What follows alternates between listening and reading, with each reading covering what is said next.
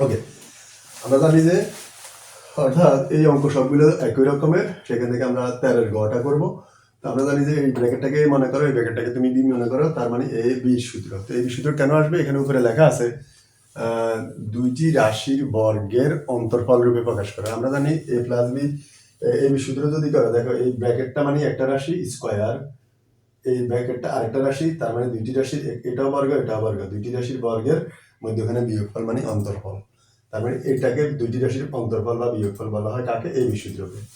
আমরা এই সূত্র অনুযায়ী যদি এটাকে শুরু করি, তো তোমরা দেখবা যে হ্যাঁ, এটাকে তুমি এ প্লাস বি লিখবা আগে। এই যে এই ব্র্যাকেটটা লিখবো এ প্লাস, আবার পরের ব্র্যাকেটটাকে লিখবো A plus B by two, এরপরে হোল স্কোয়ার, এরপর সেকেন্ড ব্র্যাকেট দিয়ে স্কোয়ার দিব, মাইনাস। আবার এখানে কি করবো? আবার 3x plus 5y minus 7x minus 5y by two whole square. কি করছি দেখো? অর্থাৎ এই যে এটাকে তুমি এই ধরবা, প্রথম ব্র্যাকেটটা এ, পরের ব্র্যাকেটটা বি। তো কি করবা? প্রথম ব্র্যাকেট আর দ্বিতীয় ব্র্যাকেট একবার যোগ দেওয়া, মানে কি A plus B by two whole square, minus প্রথম ব্র্যাকেট আর দ্বিতীয় ব্র্যাকেট একবার বিয়োগ দিয়ে A minus B by two whole square, এভাবে লিখবো। সূত্র লেখার পরে এবার হলো কাজ কি? সমাধান করা। দেখো কিভাবে সমাধান করবো। 3x প্লাস 5y প্লাস, ব্র্যাকেটের আগে প্লাস থাকা মানে ভিতরে চিহ্নের পরিবর্তন হবে না, 7x মাইনাস 5y আর উপরে স্কোয়ার, জাস্ট ব্র্যাকেটগুলোকে সরালাম। এবার এখানে কি করবো? 3x প্লাস 5y মাইনাস, ব্র্যাকেটের আগে মাইনাস থাকলে আমরা জানি ভিতরে চিহ্নের পরিবর্তন হয়।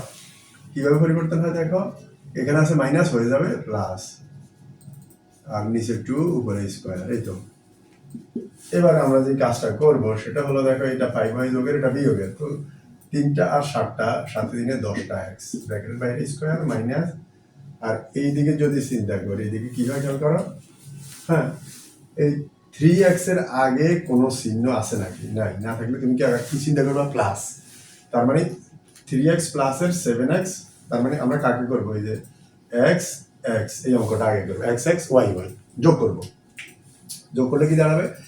3টা x যোগে 7টা x বিয়োগের। তো 7টা x থেকে 3টা x বিয়োগ করলে হবে আর 4টা x। যখন আমরা অঙ্ক বিয়োগ করবো, চিহ্ন কিভাবে দিব? যোগেরটা বড় হলে যোগ চিহ্ন, বিয়োগেরটা বড় হলে বিয়োগ চিহ্ন। আমরা দেখি বিয়োগেরটা বড় দিলাম, বিয়োগ চিহ্ন। এরপরে দেখো প্লাস 5y প্লাস 5y হবে 10y।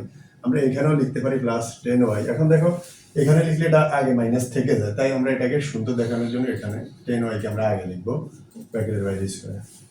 এবার পরবর্তী দেখো 2 এখানে ভাগ করলে 5 দুগুণা 10, তার মানে এখানে হলো 5x স্কোয়ার মাইনাস, এই দিকে একটু চিন্তা করি, এখানে 2 কমন নেই, নিচে 2 কাটার জন্য, তখন 2 10-এ ভাগ করা, 5 দুগুণা 10 মাইনাস 2 দুগুণা 4 স্কোয়ার, এই 2 দিয়ে কাটা দিলাম, 5x স্কোয়ার মাইনাস এদিকে 5y minus 2x whole square.